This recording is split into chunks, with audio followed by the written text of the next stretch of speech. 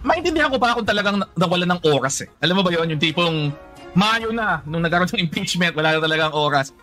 February pa lang, meron eh. Di ba yun, 5 buwan na talagang inupuan eh. At sa akin lang, ako, yung broader perspective bilang abogado, hindi ko maiwasan eh.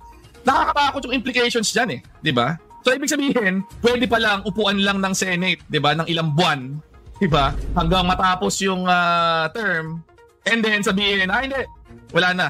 Diba? Wala na kaming jurisdiction kasi 19th Congress pa yan, 20th Congress na, wala na. Tapos na to. And hindi kayo pwede mag-file ng bago. Hintay uli kayo na next year kasi mayroong 1-year ban eh. Parang nare-render na walang ibig sabihin eh. Yung buong proseso ng impeachment na kailangan nating emphasize para sa proteksyon natin mga mamamayan, di ba? Laban sa abuso at the highest level. Pero wala eh.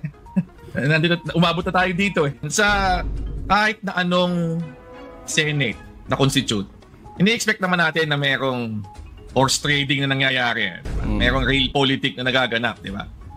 Susuporta sa taong ito dahil naghahabol ng komite, di ba? Mga ganun tipo. Diba? At sa tingin nila, mas madami silang magagawa kung sila may hawak ng komite. Pero ako nag-agree ako sa iyo eh. Iba tong sitwasyon na ito eh. Di ba?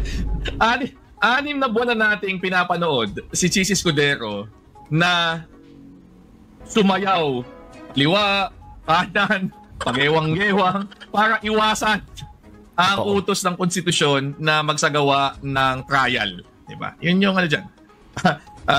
Nagkukunwari siyang hindi niya inaintindihan yung fourth tweet. Diba?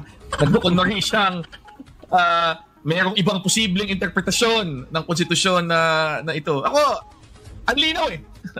At sa totoo lang, medyo nakakahiya na eh. Diba? Kasi obvious na talaga na palagay ko maski siya hindi siya naniniwala doon sa kanyang mga pinagsasabi. Pero ginagawa niya dahil meron siyang political agenda ang gustong ipatupad. At yun nga yung maiwasan, yung magkaroon ng impeachment trial. At tama ka, ako sa ganung klaseng sitwasyon, di ba? Given yung konteksto na yan. At sa totoo lang, yan naman talaga ang pinaka mainit na issue na haharapin ng Senado pagkatapos siyang makonstitute ngayong zone eh.